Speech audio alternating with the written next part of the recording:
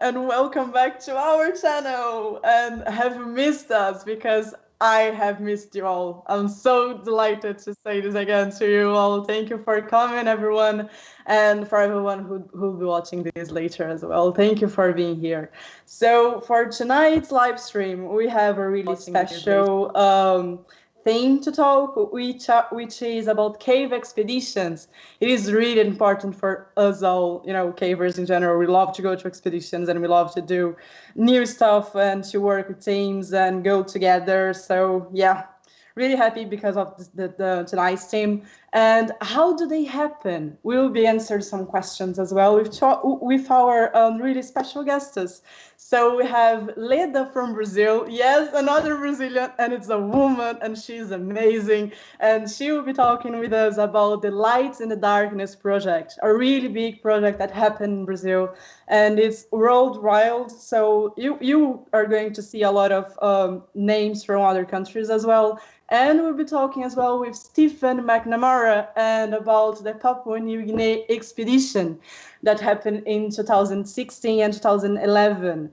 So thank you for coming, you two. And if you would like to leave us a message or to ask something, feel free for that. I'll be collecting all the questions and we'll be chatting or during the presentation or at the end of it. Doesn't really matter, but we will be talking at the end of it. Okay, so just leave a message in the chat, and I hope to see you all soon. So stay with us till then. Oh? All right, and then we have an interesting meeting in the end of this presentation. So in the end of the live stream, we will be doing a Zoom meeting, which is more or less like an after party.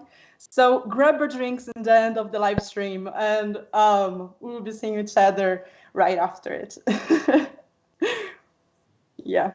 So welcome. Let's start with Stephen. So welcome, and then we'll be talking with Leda. Thank you, guys.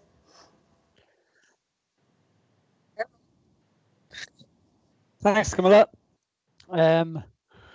Right, so welcome all. I was asked to put together this presentation.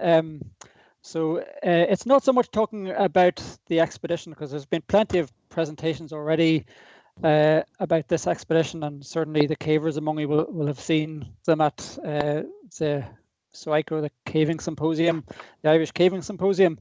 So this is more about some of the organising of it and how it all came into being, and maybe some tips about how you might want to organise your own expeditions. So yeah, I hope you can see the screen here. So in 2011 and 2015, we had two separate caving expeditions, which were organised by the Shannon Group and some other cavers as well. So they were both Irish caving expeditions. We'd never been to somewhere as far away as Papua New Guinea before, so it was quite an adventure for us and quite a logistical challenge. How did it all begin? This is the terrain. I hope that slide is swapped over. So you'll see the terrain there. It's, as you can see, it's very dense. It's dense rainforest, and you'll see a mountain in the background there. That's actually an extinct volcano. And our caves were in this jungle growth. So how did it all begin? What made a small group of Irish cavers decide that they wanted to go to somewhere as remote as Papua New Guinea on the other side of the world? Well, it all started with this program here, the BBC Lost Land of the Volcano. In 2009, they sent a film crew, a large film crew with zoologists, explorers, rope access people, safety people, camera crews, to spend 9 months in Papua New Guinea, in the area close to Mount Basavi, and they were recording wildlife for a three-part television series. So they stayed with the Kosua tribe, which is the tribe living in the nearest town called Fogamayu, and one of the aims of their expedition was to record as many species as possible, which was to support the area to be protected from logging, which was happening as close as 20 miles away from the mountain. So how did we get involved with it? Well, one of the key people on that expedition was a guy called Tim Fogg, who all the cavers of you will recognize and probably know. He was on that team as a rope access specialist, and he does a lot of work for the BBC. So he had some time during that expedition to go with the locals to some of the nearby caves, and with that experience, he came back in 2010 to Ireland and gave a presentation at the Irish Caving Symposium, and he had great tales of huge cave entrances, of running out of time, and of battery light power to explore to the end of caves. He talked about seeing huge resurgences up along the river.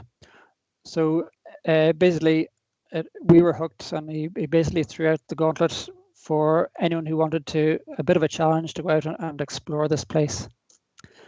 So that's sort of how it began. We had this mix of a few different things all in place, which sort of were ingredients for launching an expedition. So we had an area with clear caving potential.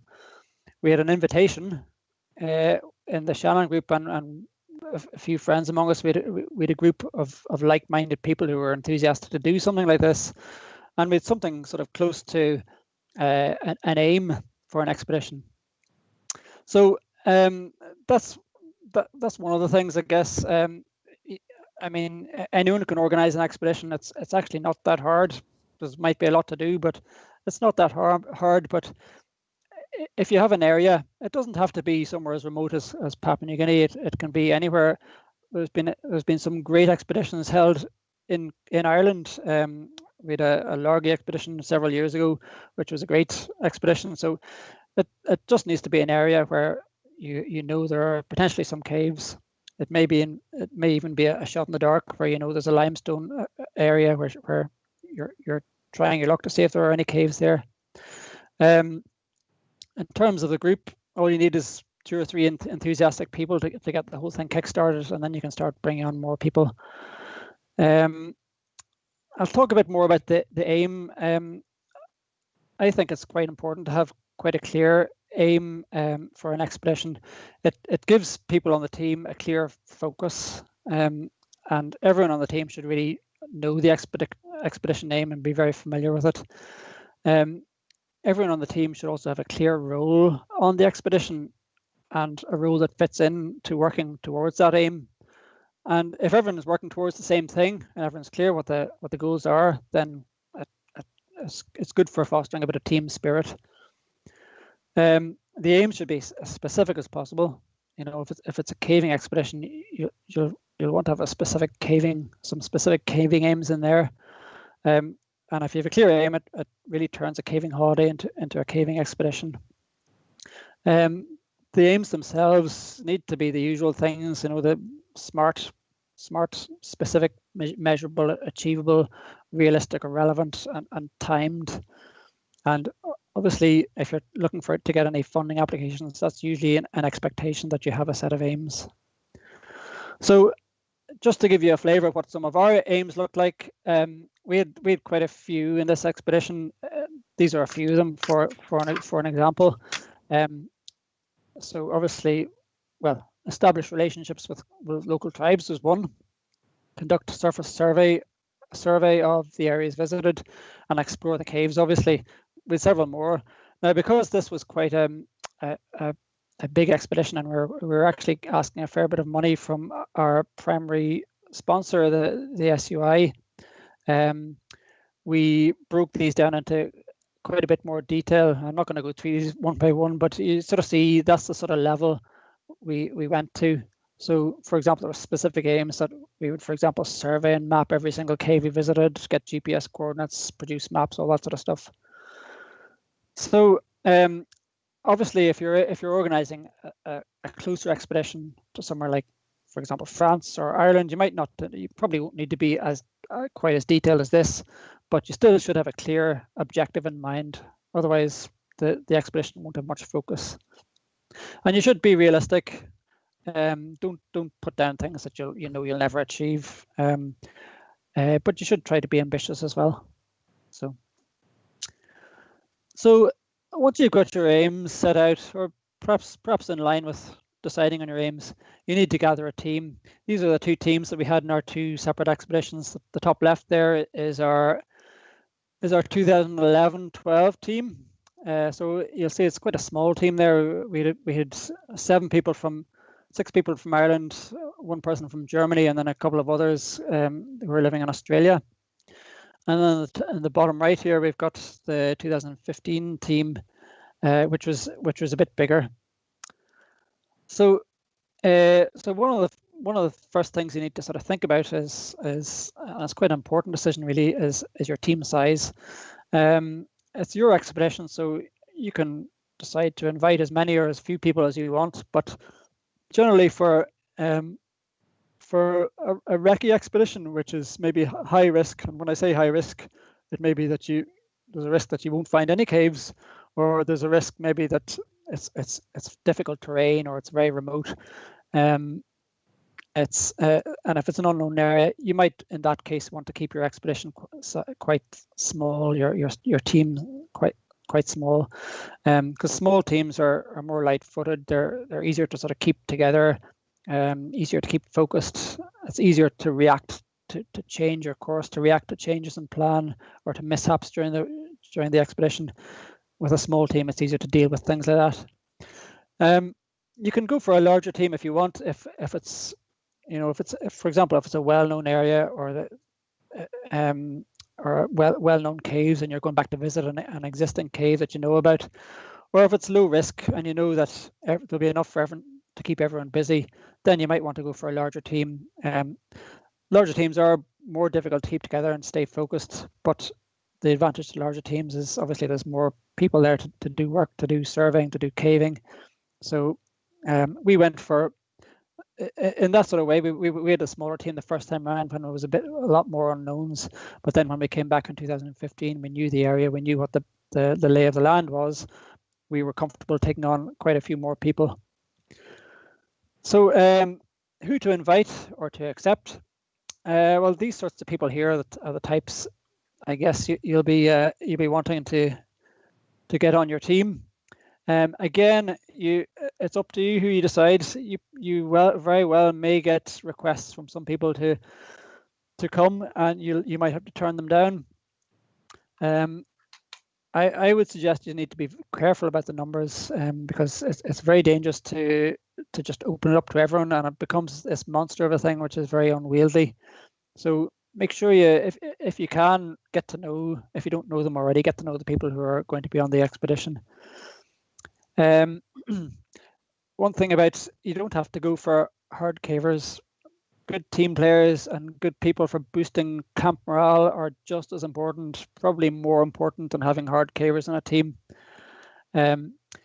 If you don't know people, I was just asking a second person who doesn't know them, ask them for their CV or their caving CV, and just be aware that one person who doesn't sort of who isn't a team player, who causes friction in the group, can have a very severe effect on a small expedition. So just be careful about unknown people. We always, in the past, we've used SOICRO, the annual caving symposium, to advertise or do a call to arms for these expeditions, and we've never sort of found that we have to go out to a wider audience or ask email groups or advertise any of that. So when you get into the planning, there's a whole pile of things. These things in yellow are some of the things you might want to think about, and there's plenty of others as well. So these are just some examples. There's obviously a lot of them, and the more detail you get into, the more you'll see there's to think about. But one thing I would say is none of them are all that difficult on their own. If you split out these tasks into manageable chunks, there's nothing that anyone couldn't do. The sponsorship and funding. Funding is, when I'm talking about funding, I mean the applications to people like the SUI is definitely worth considering, definitely worth doing. It's not a lot of effort, and they're very generous funds, and they'll give you advice, and it puts a bit of structure on an expedition as well. So I'd say it's very worthwhile doing.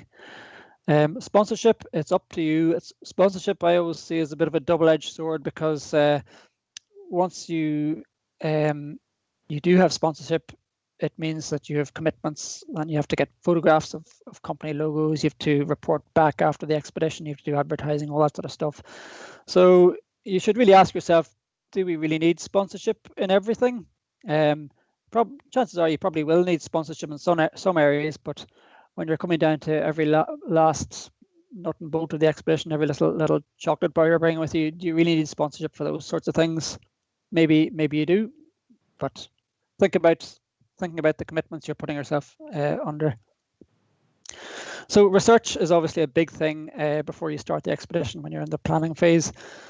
So obviously go online, see what you can find out who else has been there, talk to the local cavers, if there are any in the area. Look at previous expedition reports. There's a whole pile of them sitting on the SUI website. Check it out. And you can do online searches. You can check with other caving clubs. And in the case of Papua New Guinea, our first point of contact was obviously Tim Fogg, who I'd mentioned before. And we called round to his house, had a cup of tea, and he gave us a whole pile of information, and put us in contact with a gentleman called Paul O'Dowd, who was also on the BBC team, and he was a local fixer, an expedition leader, really. So we actually invited him on our expedition because he knew the locals. He speaks Pidgin English, and he has an awful lot of useful knowledge about the area. And ultimately, Paul put us in contact with the local tribe. Now it's extremely difficult to try and talk to somebody over a mobile phone in the middle of the jungle, from the other side of the world. So most of the conversation went through Paul, really.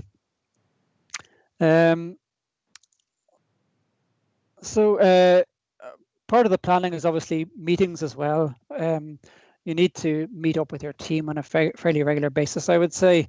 For Papua New Guinea, and again, because it was a big expedition, we probably met more often than you probably would need to for a more local expedition. So we actually used Skype meetings, and we, towards the end of the expedition, or towards the date of when we were leaving for the expeditions, we were actually meeting maybe once or twice, or once every couple of weeks, or even once a week. The face-to-face meeting is important as well. For the kickoff, it's good to have a face-to-face meeting just to see who's interested, to make sure you know the people.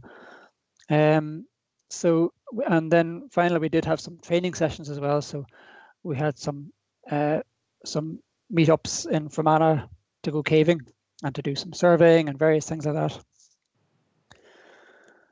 So in the planning, yeah, as I said, it's just breaking down the tasks into little chunks that are doable. So get it down on paper, write it down, and then you can start allocating out these tasks.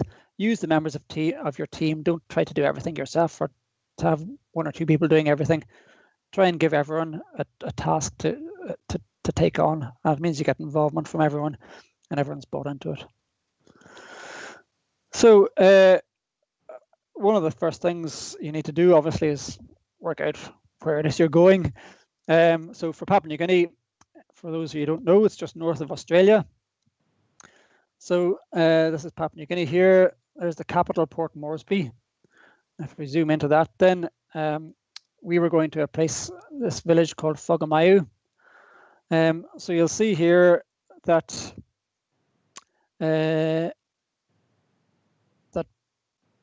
I'll go back a slide first. first of all, we had a rendezvous point. That's quite important to work out where you want your team to meet up.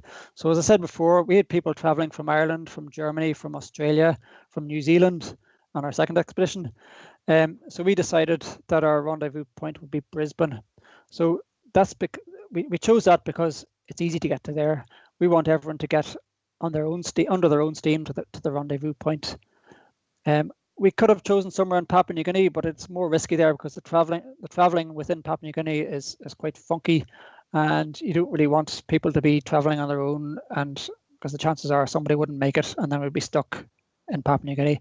So we decided to choose somewhere where it was easy to get to. We'd all gather there as a team in the airport, and then from that point on, it was then a team expedition. We were all looking out for each other. We were traveling together.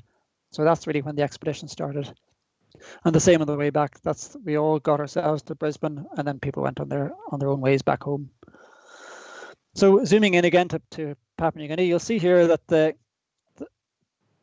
are some roads here marked in yellow. They aren't just the main roads; they are the roads in Papua New Guinea. There are no other roads. So if you arrive in Port Moresby here, that's as far as you'll get there. There's no way to drive by road to the east of the country or up into the mountains up here. So in Papua New Guinea, the way to travel is by plane. So there's a whole pile of charter flight companies that service this area. And as in the pictures that you saw at the start, a lot of this area is just covered in forest, dense rainforest. So we had a number of different options for our traveling here. We could have chosen, there's numerous permutations that you could have done. You could have done direct flights from Port Moresby to the village. You could fly up to here. You could take road options. There's hiking options. So you need to think about that. The aim is, I guess, to reduce costs, to plan in some stops, maybe shopping stops on the way, and reduce risk as well as another thing. So we actually went for the option of taking a normal scheduled flight to Port Moresby. There's another scheduled flight then we took up to Mount Hagen, which is the capital of the mountain region, the highlands. Then we took road transport to a town called Mendi, and then from there we chartered a plane to Whakamahu. We had considered hiking in as well, from driving a bit further down the road and then hiking in, but we felt that was a bit too risky because there was a lot of us arriving, and we would have been arriving after 2 tiring days of travel, not being acclimatized to the terrain. So there was a bit too much risk there of somebody taking a fall or somebody getting heat stroke or somebody. It was too much risk, and if somebody got seriously ill during that first day, that would have been their expedition ruined, and the expedition as a whole put in a bit of jeopardy. So we decided to go for the charter plane. There's a shot of the vehicle transport we took on our road from Mount Hagen to Mendi. They were actually armored vehicles, and that was a picture of the charter plane we took, a little dinky plane that fit just about all of us, and the equipment out to the village in Whakamahu. And that is Whakamahu. That is the airstrip. As you can see, it's totally covered by jungle. That airstrip is a grass strip. It was cut by hand by the locals back in the 70s, I think. So that's where we were going to. That's the shot that we took on our way in from the airport. So just a couple of maps here. Maps are a great tool, and if you can get your hand on as many maps as you can, we did some searching. We found some of these maps. The maps are great for the first kickoff meeting you have with the team, because you can sort of all gather around the maps and pore over them, and it just gets everyone sort of fired up to asking questions. And so this one shows the Mount Basavi here. This was our sort of area of expedition. There's the village of Whakamahu. We also got this lovely map from Tim Fogg and Pam Fogg. The same area That's the terrain map. There's Mount Basavi, and this was our village here. And then you can get ridiculously detailed maps. This one is showing every single sinkhole in the area, and the main feature here is the Higgigur River, and there's our village of Fogamayo. So try and get your hands on maps. You need to check out the local scene as well before you go. Again, do as much research as you can. Make sure if you need to, you reach out to the locals if required. You might need permission if you're going to an area. For example, some of the areas in France or Spain, you need to get permission from the local authorities first. Certainly, you might need to get permission from local caving clubs if that's relevant. For us, it was really getting to know the locals. We couldn't really just arrive on their doorstep, a team of foreigners arriving into the jungle to live with them without unannounced. So this was our welcome. They got dressed up in their ceremonial dress, which was their normal way of dressing up until maybe a couple of decades ago. So they welcomed us as soon as we got off the plane with these displays. They also were vital to us. We used them all the time. We couldn't have done the expedition without them. They were our guides through the jungle, and they took us to the caves. Basically, they also did some portering for us, although we did a lot of portering ourselves as well. Okay, a bit more about planning here. We found Google Drive to be very handy. We just put a whole pile of things, folders, subdivisions of the work onto a shared drive, and everyone had access. You can see there that loads of different people are contributing to these. So these are the team members all filling into these and all reading these. So I'm not going to go into all these things, but I'll talk a little bit about equipment. Caving expeditions, by their nature, have a lot of equipment. So transport is obviously a big issue. It's hard to carry a lot of things on a plane. So you need to consider, can you get them locally? If that's an option, it's worth considering, just to cut down your air weight. You might find that some airlines do an allowance for you. They might give you extra baggage allowance. We did that with Air Niugini, and in return for us writing them an in-flight magazine article. So we created a massive spreadsheet listing out every single item of equipment we needed. So it's quite a lot of detail here. The key, this was very useful actually, and I just make sure we didn't forget anything. We didn't find ourselves halfway across the world having forgotten our descenders or something stupid like that, or forgotten a drill, or forgotten a surveying kit.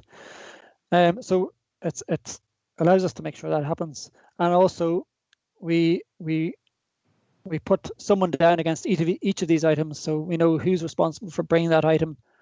And finally, where is it coming from? So a lot of the things we brought from home, some of the things we got in Australia on the way, some of the things we got in Mount Hagen in Papua New Guinea. So we've written in here all the things we need. And this list went right on through caving, surveying, GPS, comms, power, food, all sorts of things. So basically the idea was that if I'm the expedition member, I can filter this, or I can see everything that I'm supposed to be bringing. And if I have any difficulty in getting something, I can quickly get onto the team and say, I can't get this. Can somebody else look after this one? And then also when you're on the road, then we can see, okay, let's check all the things that we need to get in Mount Hagen, and then make sure when we're passing through Mount Hagen, we go and get those things. So once you're actually there, you need to use your time effectively, because you'll find it goes by in no time at all. So for our first few days, we just spent them acclimatizing. So the next thing is, I think it's very important to make sure everyone on the team is busy, very busy, right throughout the entire expedition. So, and that can be busy in doing caving things, or doing just normal chores through in the camp, cooking or cleaning or whatever it is. But there shouldn't be anyone on the expedition just there for having a holiday or having a free ride. So for example, the expectation that we laid out very clearly was that anyone going caving, the expectation was you didn't come back home without a full survey of the cave. So you obviously have to allow for rest days. People do get tired on an expedition, and they need to have physical rest, but don't let the rest days get too many, otherwise the expedition loses focus and it's maybe not great for morale. One thing which we found helped keeping everyone busy was using sub-teams. So we split up into 3 different sub-teams on the second expedition, which meant that everyone sort of was in a smaller team and they had a role in that team. So a bit more about that. These were the areas. This is another map of the area we were at. This is the Hagigio River, Fogamayo, the village we were staying, and Mount Masavi is just off screen here. So we had caves. Each of these orange dots is one of the caves we visited in our 2015 expedition. You'll see that there's a few different areas. There's a lot of ground to cover. That's 5 kilometers there. So, and again, this is all difficult hiking through forest and up hills. It's very, very mountainous. So there's no way we could have covered all this area without splitting up. So that's why we decided to split up. We had identified these areas prior to leaving, but we also found after going there for the first day of the expedition, we chatted with the locals and they told us about these areas. So we sort of came together, formulated a plan of where we wanted to hit. The sub teams we split into 3 or 4 per team, and we tried to split out those. So we had a medic on each team, a photographer on each team, any sort of special skills represented on each team. There's a clunky looking picture of a satellite phone there. We gave each team a satellite phone, so every night we'd clock in with each other and text to say everything's okay, we've explored this cave or these 2 caves today. And the satellite phones were also for emergencies in case there was any medical issues. There's just an example of there's three streams here, so the three caves, and then each of these colors is an area we went to. So this was obviously drawn up when we came back from the expedition. One thing you notice there is there aren't very many rest days, so it was a fairly tightly run expedition, which I think everyone appreciates that. There's a few rest days there, but they're few and far between. That's the same thing laid out a different way. This here is actually quite a useful drawing. This started off as a pencil drawing in the expedition logbook, and it just shows that the full team started off here, spent a few days at Fogamayo, the base camp. Each of these names up the side is one of the camps we went to, one of the jungle camps we went to. So all teams started off and did a hike to Nase camp. They overnighted there, and then we started to split up. The Peñane team, or the blue team here, spent some days around there, visiting caves around there, then moved on to Moya camp, spent time visiting caves there, then moved on to Peñane camp, visited caves there, and then back down again. And the same for the Kwesi team and the Kiani team, visiting all these different camps. Two of the teams got back for Christmas Day, and there was a bit of a team reshuffle there. The Kiani team were unfortunately stuck up on a mountain, so we didn't get back for Christmas. And then there was a bit of a reshuffle, and there was another another area visited for exploring caves after that. This plan obviously did change as the expedition went on, but not too much. It was helpful because everyone had a clear vision of what the plan was.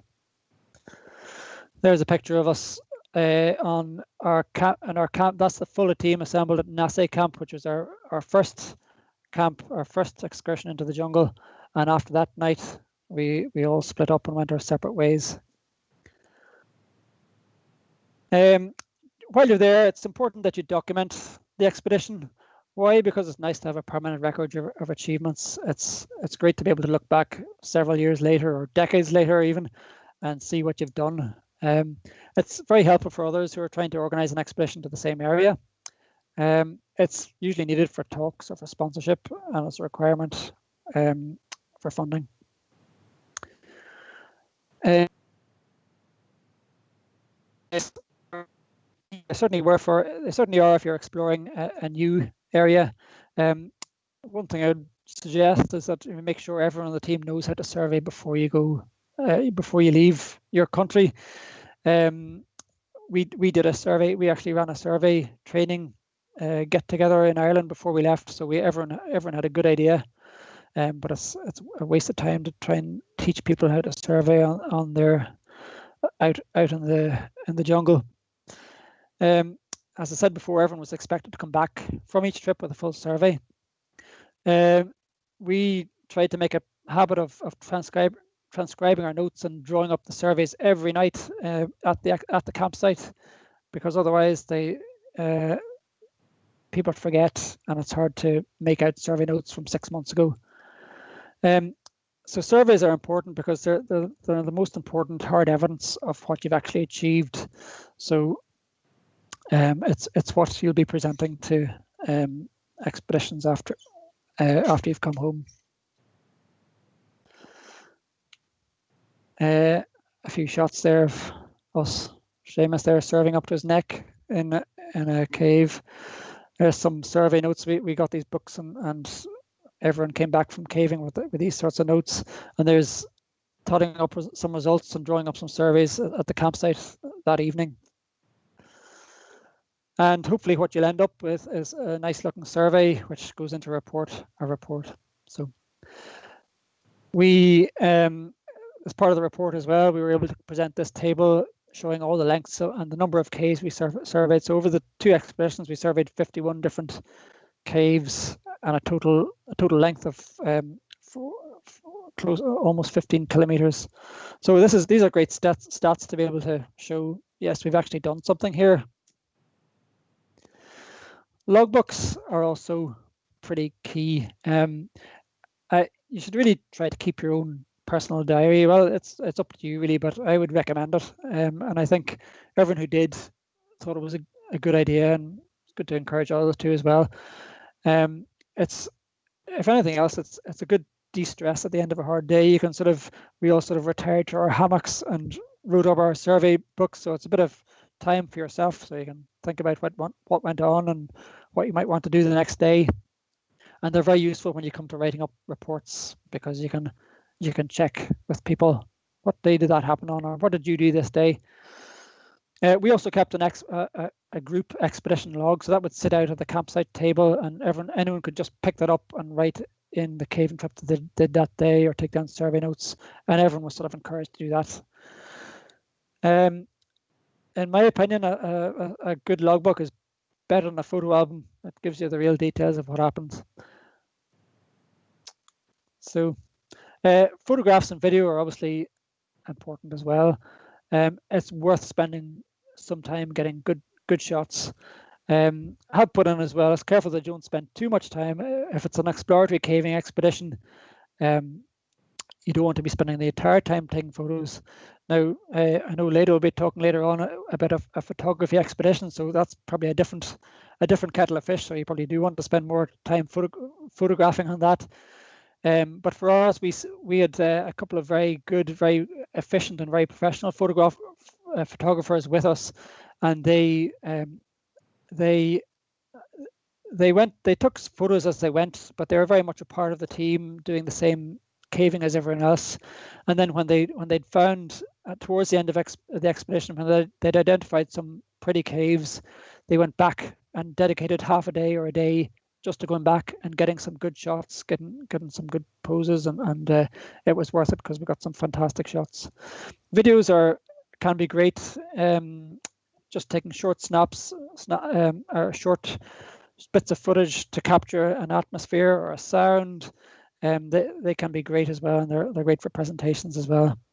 We did get an offer from a television company or an expression of interest to see if we'd invite them, but I think we decided in the end that it wasn't really worth chasing this up, because we would have spent an awful lot of time. We would have got a lot of money probably for it, and probably sponsorship as well. But we would have spent an awful lot of time trying to look after a cameraman, and basically it would be a non-caver that we'd have to look after, and we probably would have spent a lot of time posing for or doing multiple takes for scenes, which we didn't really want to do. This was an exploratory expedition.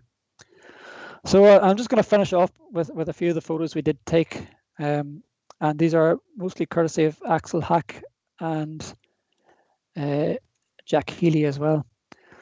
So apologies, Axel, if you're watching, and this is probably not the full resolution copy, but you get the picture anyway.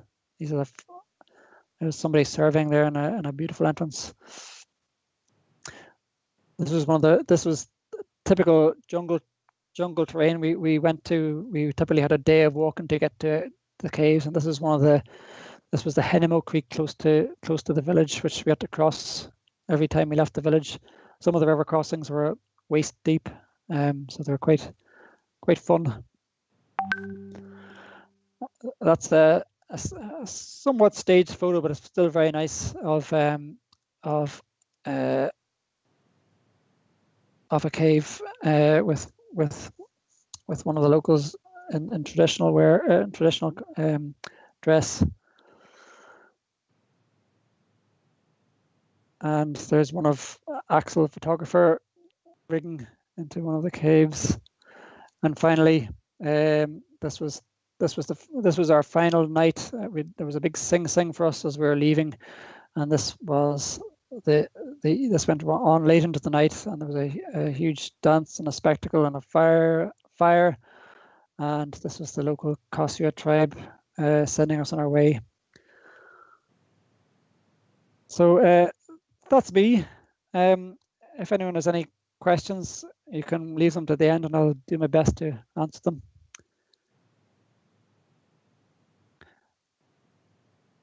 Okay. Yeah. If I can. That was absolutely amazing. I just heard in some moment about this expedition, but I didn't know all the details, and oh my god. Thank you so much for bringing it up here to us. And I believe we could all chat together in the end. What do you think? Or is that anything that Leda wants to ask to Steven? Or do you want to do a quick chat now, and then we can come back with more questions, maybe? I liked very much the presentation. It's really nice, and it's exactly the same thing that we do here in Brazil. The same kind of organization about the topography expeditions, the surveying expeditions. It's different with the photograph expedition a little bit, but I will try to explain also. But it's really interesting, and also the landscape is very similar than here. We don't have just the guy with the thing in his head. Here is different. The nature is really very similar. Thank you very much for sharing. No problem. I think we have just one question to you, Steve. And do you have any template for the caves CV? A template? Yeah. No, we didn't. When we were asking for people, we didn't have a form or a template that we sent out to them. We just asked them to tell us a bit about them and tell us what caving expeditions they'd been on, how long they'd been caving, that sort of stuff. So no, I don't have a template. That's okay. Yeah, and Pete just left a comment saying that documenting an expedition is really important. As much work can go into drawing the surveys and writing the reports as goes into organizing in it in the first place. Yeah, absolutely. Yeah. Okay, so I believe we can go with Leda's presentation, and then we can come back for more chat and maybe a couple of questions to you too. Is that all right? Yeah. Yeah, okay, just to let you know again, I'm so happy that you are two here, and I'll let Leda talk with, okay, just And just a second before sharing, I will just say firstly that it's an honor for me also to be with you and to show you some pictures of our caves did by great photographers. And really, it's amazing to know that so much people all around the world like the same thing and do the same thing, and it's really great to show you what we are doing here in Brazil. Okay, I will share my screen. Let me see.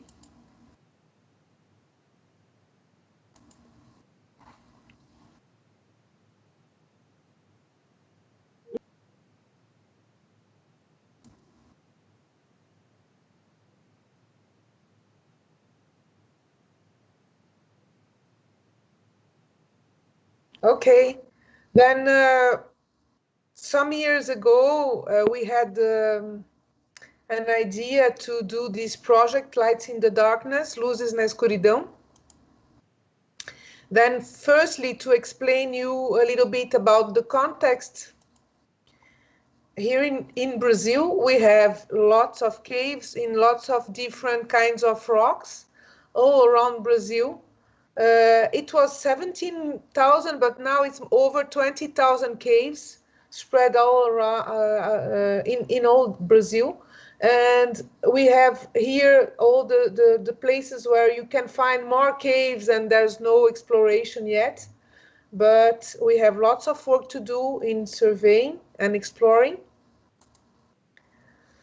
And we have lots of very big caves.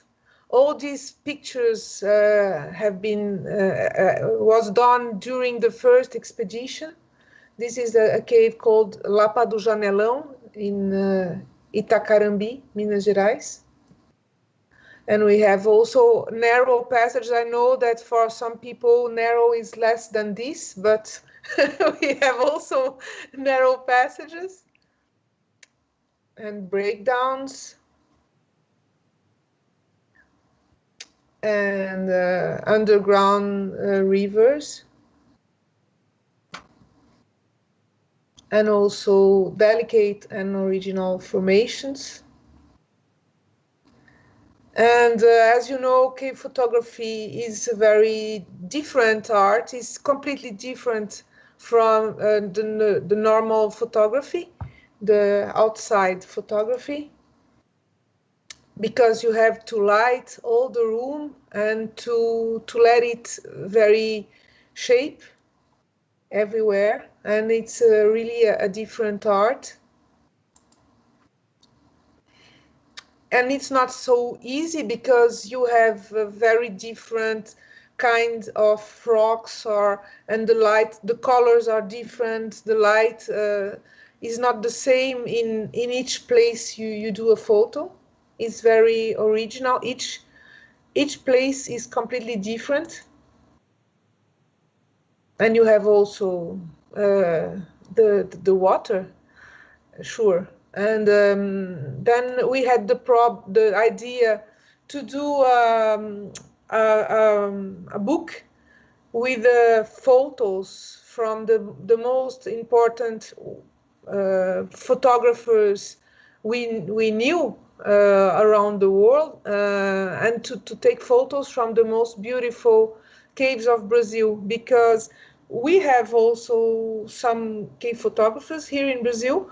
But cave photography it's not an old art here in Brazil. And then the techniques was not so developed then in all around the world. And forgive my English, please, because my French is much better, but I think that you will understand me. Then we decided to do a project to bring these great photographers to Brazil. And we decided to do a very big trip, all by car, to visit 6 different places around Brazil. I live in São Paulo here, and we did a trip with 5,500 kilometers, crossing 4 states: São Paulo, Minas Gerais, Goiás, and Bahia. And we decided to do it by car because it was too much people and too much gear to bring by plane. It was too heavy to do it by plane, but it's a very long way.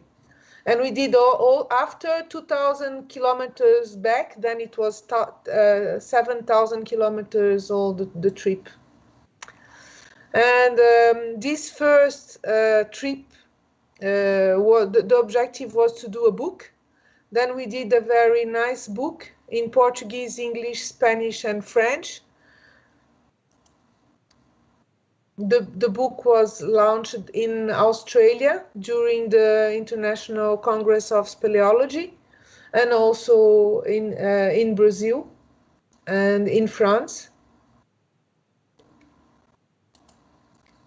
And we did also a virtual exhibition of these photos in a very important museum in Minas Gerais. And we had also some very nice publications in INSS News and Spelunca, the French magazine, and also in Go Outside in the Brazilian magazine. And then after a while, we decided we was organizing the meeting of the Brazilian Congress of Speleology. It would be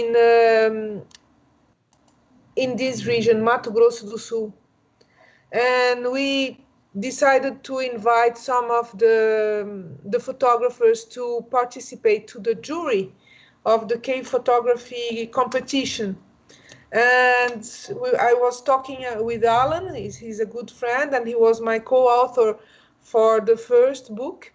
And we was speaking about who to invite and how it would be and what we could show. And come to Brazil and not go to a cave expedition would be really not a good idea.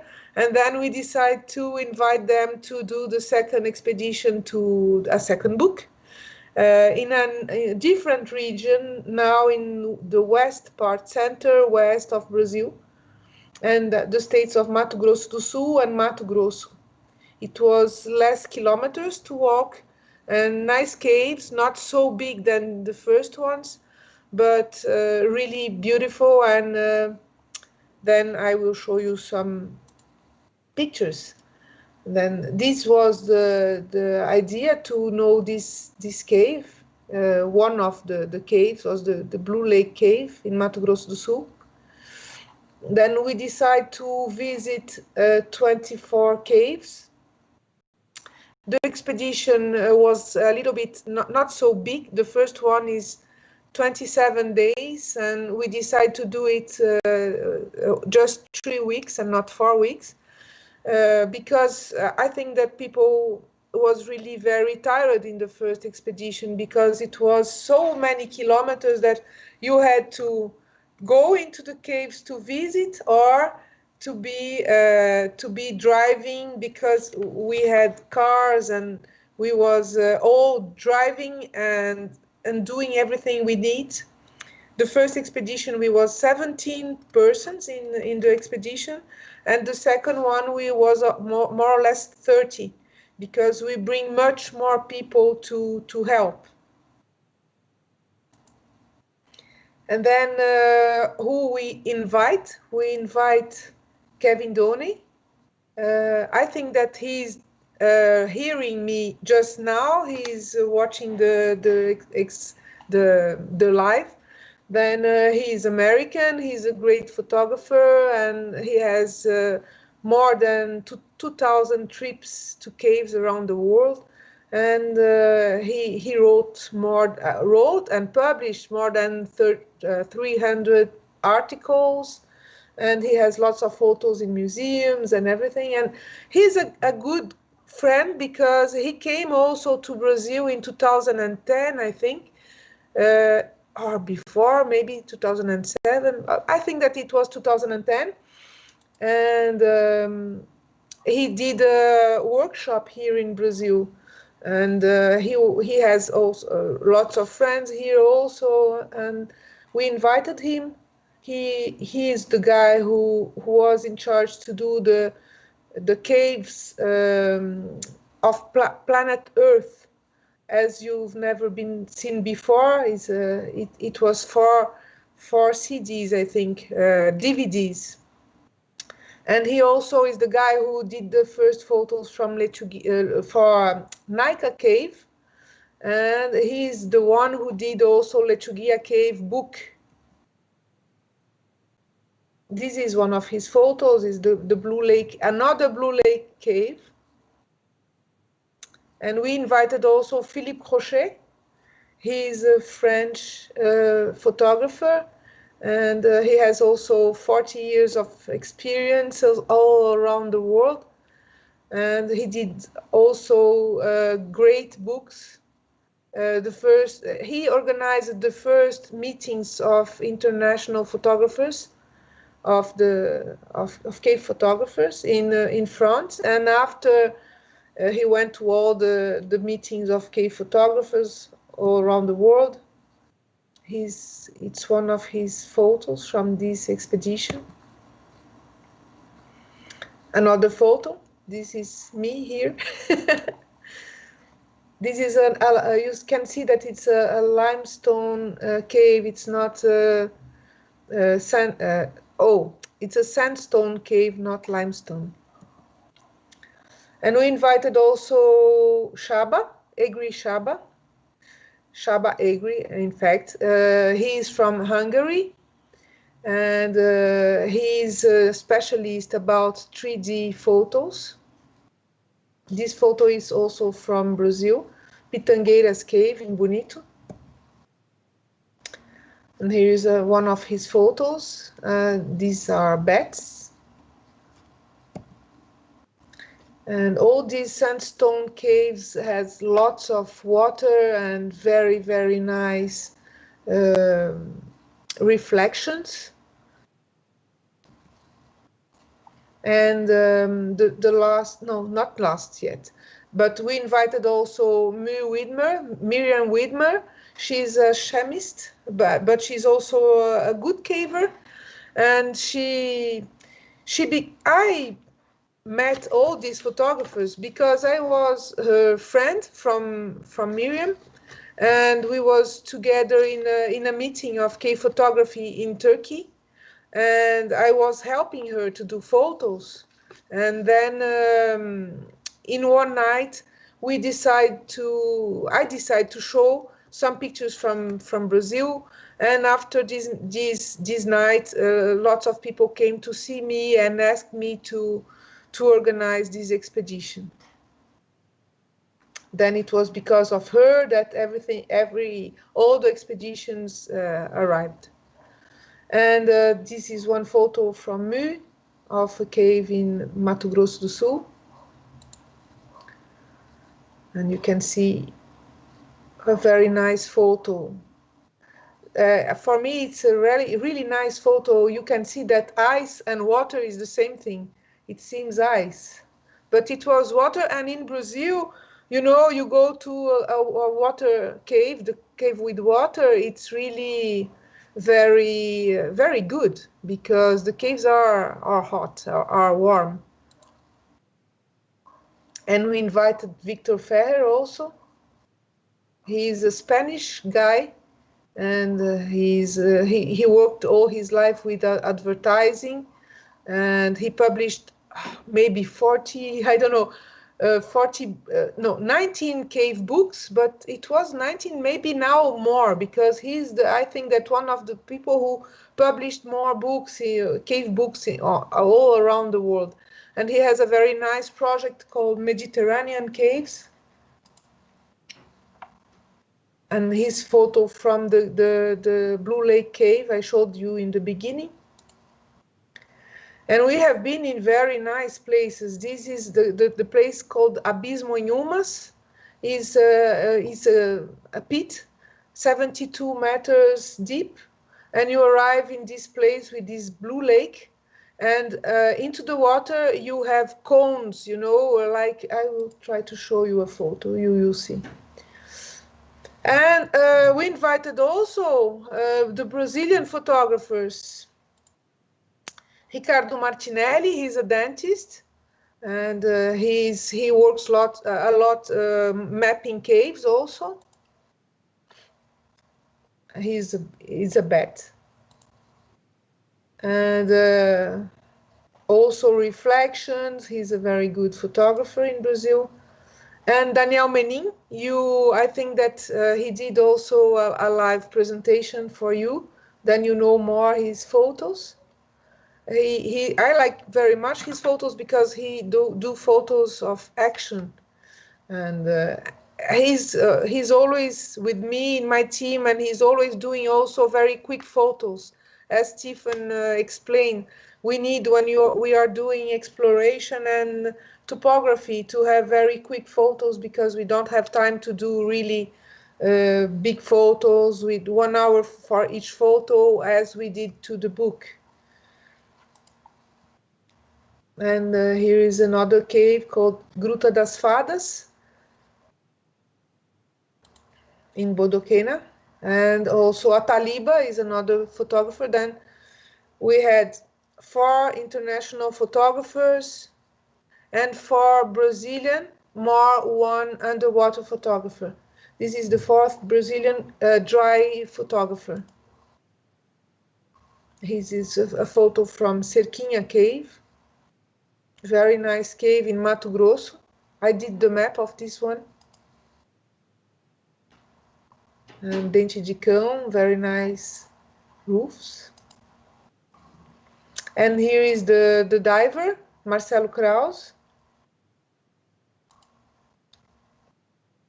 It's amazing really how he do photos. It's like a mirror.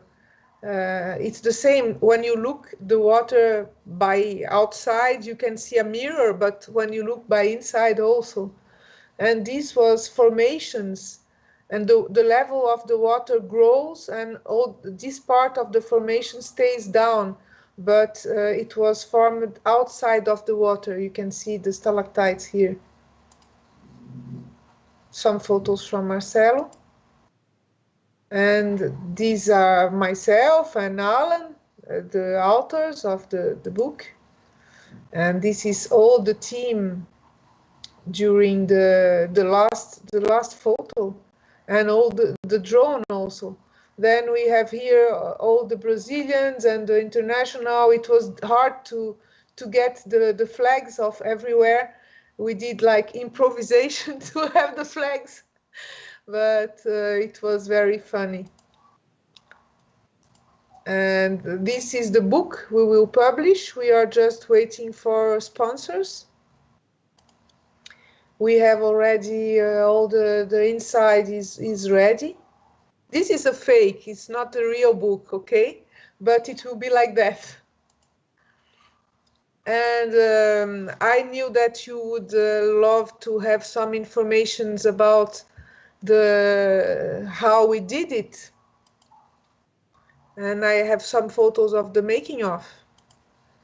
And as Stephen explained, everything was planned with a lot of time before of the trip. Like 6 months before, I was looking for like the places where we will be, the sponsors for like to have cars for free, and we did like stickers to put on the cars, and we had cars from 5 participants bring their own cars from their cities to the point of the departure, and all the foreigners arrived by airplane in this point. And we had lots of luggage everywhere. The cars was completely full, and the divers, they have really lots of stuff, much more than us, than the dry photographers. and we was always trying to dry things, because most part of the caves was wet with water, and we had to change clothes every day. And also we had to share in teams, because you know, the photographers are worse than the non-photographers, because each photographer need to have one guide to bring him to the cave. We was every day I had to share, all the team was have to be with one guide and some assistants to different caves, because the light of one photographer is not good for the other one. Then they cannot be together. And we had 8 dry photographers. The guy underwater was not a problem, because he was alone underwater, no problem.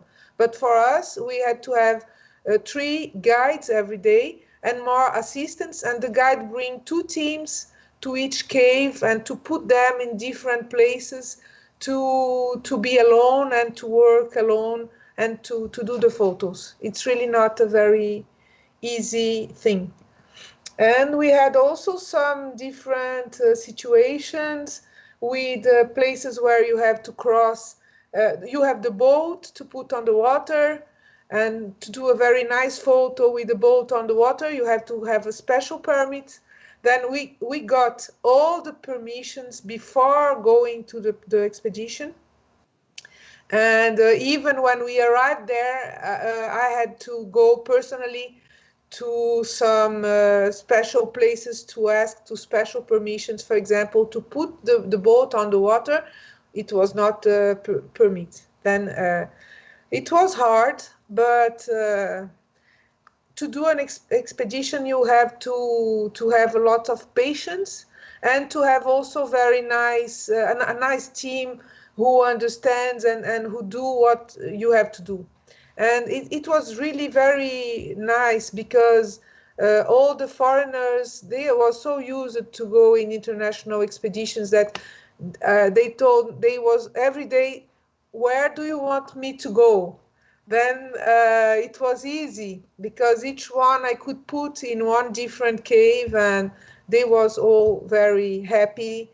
And even if the cave was not the most beautiful, after we changed the teams to show the most beautiful caves to all the people, because it's also nice when you are in a place where you have a very nice cave to have nice photos, but also to people who cross the ocean to arrive here to see nice caves, because we are all cavers. All cave photographers are cavers. Then it was really great. It was a very nice experience. And this is some of the photographers. This is Shaba.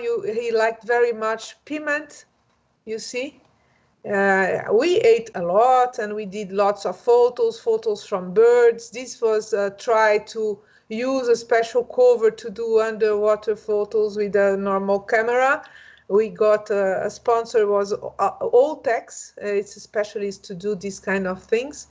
And we did also, this is me trying to do photos from like a cowboy, you will see maybe. And here are some photos in the cars. For this second expedition, we had more time.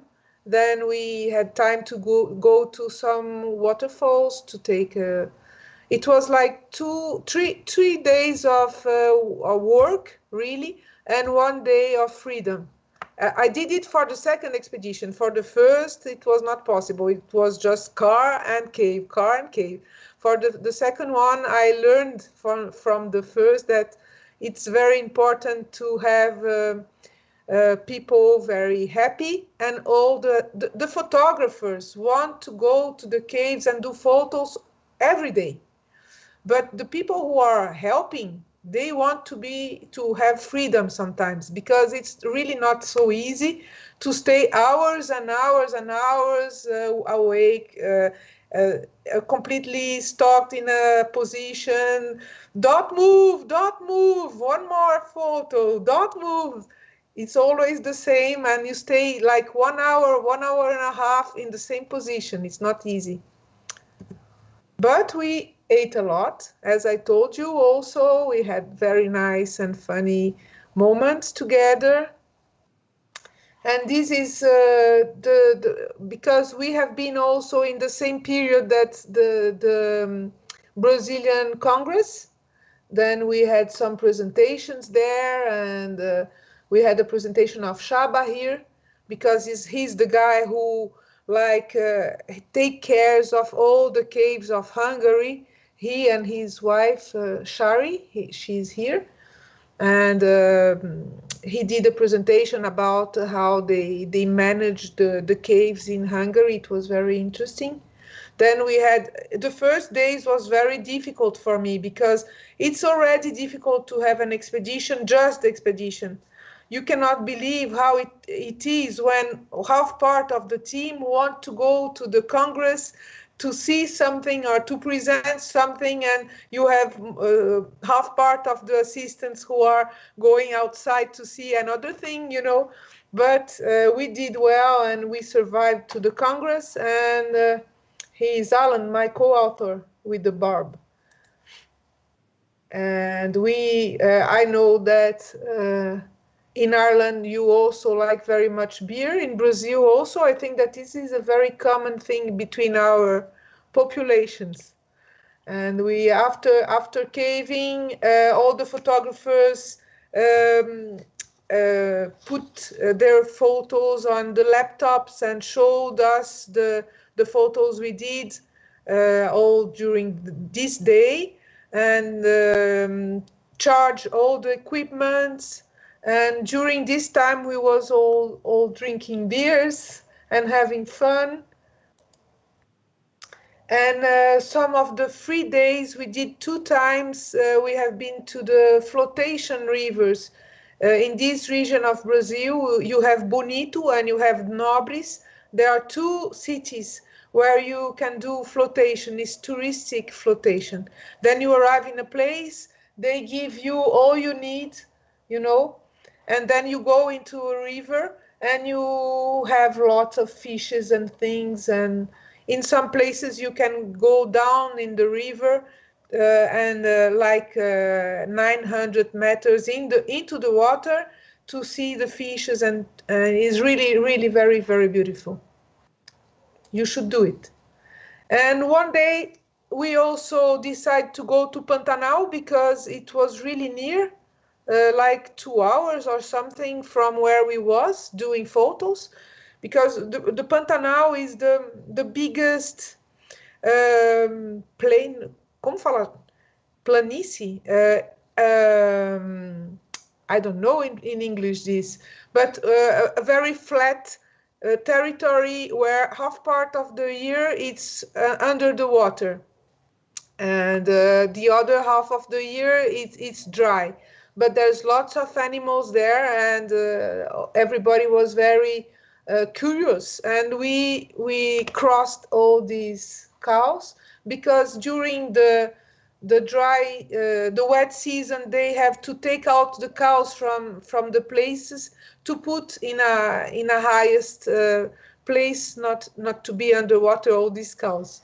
That's why there was so many cows. There are sometimes you can cross like 1,000 cows or 2,000 cows. It's amazing.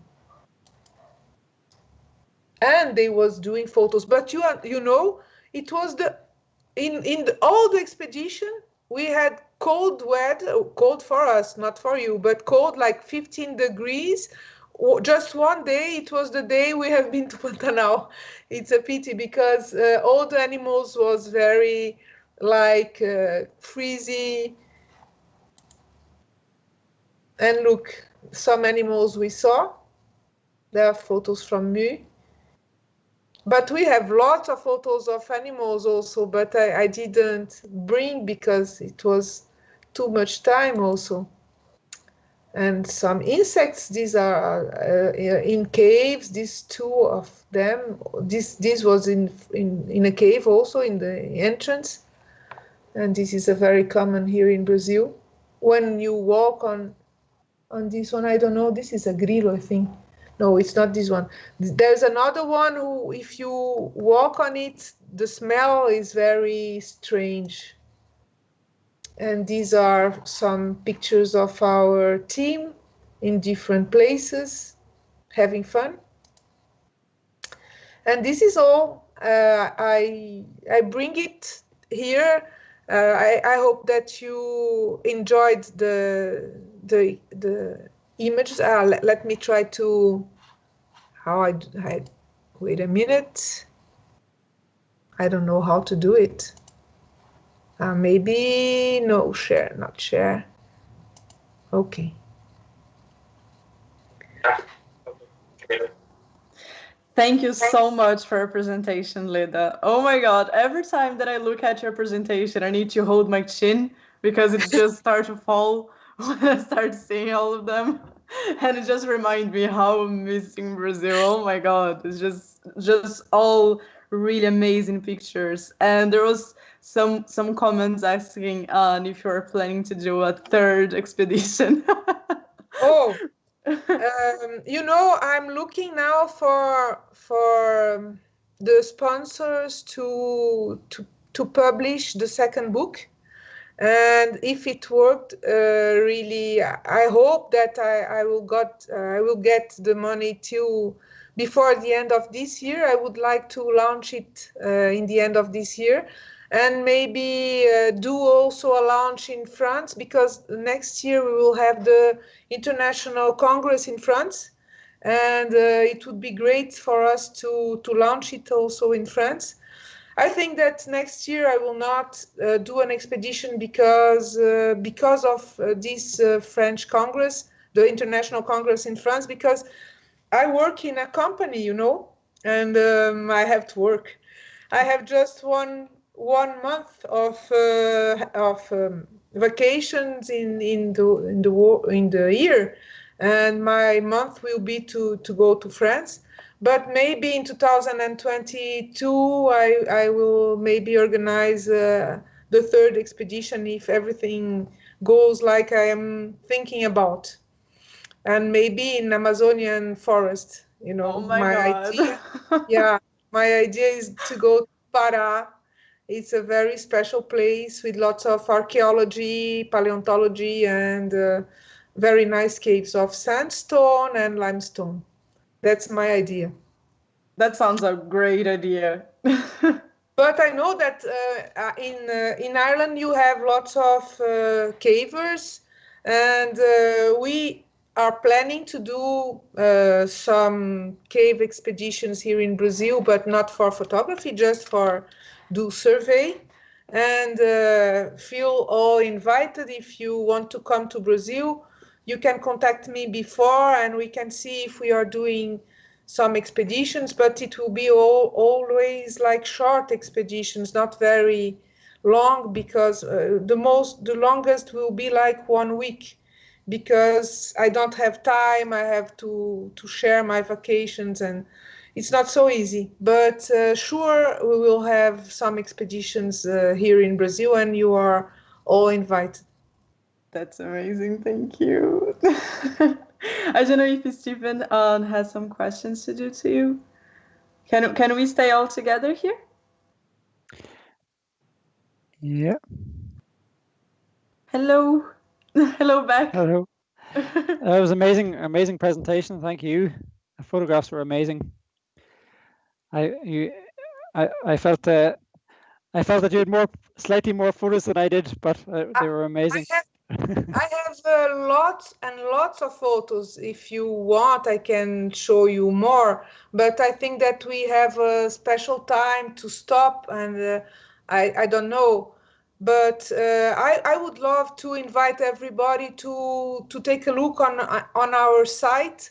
The name is it's www. Can you write in the chat Camila? Yeah, we put there. Yes. Okay. Because in our site, Luzes na Escuridão, we have some very interesting videos about how the photographers work.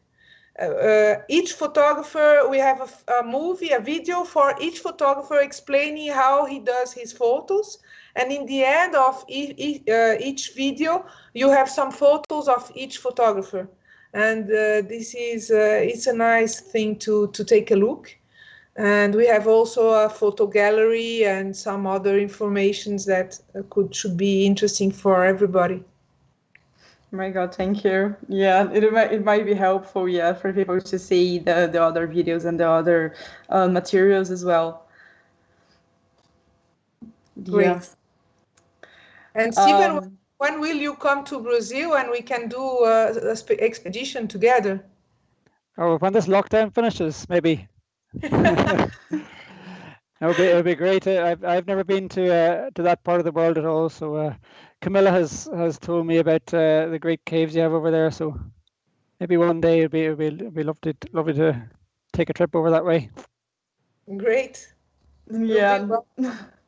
Every time that people just ask about the caves in Brazil, I just grab my phone and look at the Luzes na Escuridão website and just start showing them. So that how caves likes in Brazil.